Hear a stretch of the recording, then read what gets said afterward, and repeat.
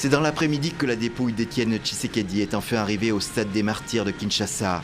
Une cérémonie d'hommage à la fois populaire et officielle a été organisée pour le chef historique du parti UDPS.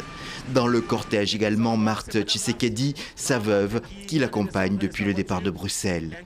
On remarque aussi une absence, celle de Martin Fayoulou, qui continue de revendiquer la victoire lors du scrutin de décembre.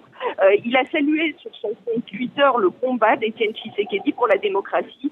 Dans le calme, un à un, les sièges des sénateurs sont rassemblés dans la cour du Parlement, comme la quasi-totalité du mobilier de l'hémicycle. La dernière trouvaille de 4 élus de l'opposition pour empêcher la ratification de la politique générale du nouveau Premier ministre.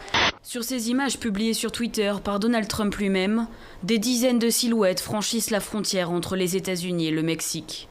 Au total, 1 millier de migrants clandestins tentera de passer avant d'être interpellés. C'est la première fois qu'un groupe aussi important est arrêté. Ordures, bouteilles de plastique, couches usagées pour adultes, pourrissaient sur les quais de 2 ports philippins depuis plus de 6 ans. Et il aura fallu que Mani tape du poing sur la table, rappelle son ambassadeur d'Ottawa pour que le Canada cède enfin. À moins d'une révolution copernicienne dans le monde de production, d'emballage et de consommation, oui, il est sans solution car le volume des déchets produits dans le monde industriel double tous les 10 ans. Et peuplecratie, c'est l'idée que proposent les populistes que la souveraineté du peuple est sans limite. Qu'à partir du moment où vous avez gagné les élections, vous pouvez tout faire. Et c'est aussi l'idée que justement, il n'y a plus de médiation, que les partis politiques, les corps intermédiaires sont en voie d'extinction. Et ce qui compte, c'est l'incarnation du peuple à travers un leader. Être une femme et monter sur scène, c'est politique en fait. Il y a encore énormément de travail de déconstruction des codes, des places assignées dans la société, etc.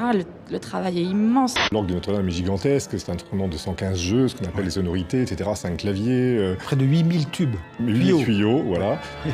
Avec pas loin de 105 ou 110 décibels. Enfin, donc on est vraiment dans des proportions gigantesques. J'ai un petit cœur en colère, un cœur qui bat de travers, qui ne contrôle plus ses nerfs.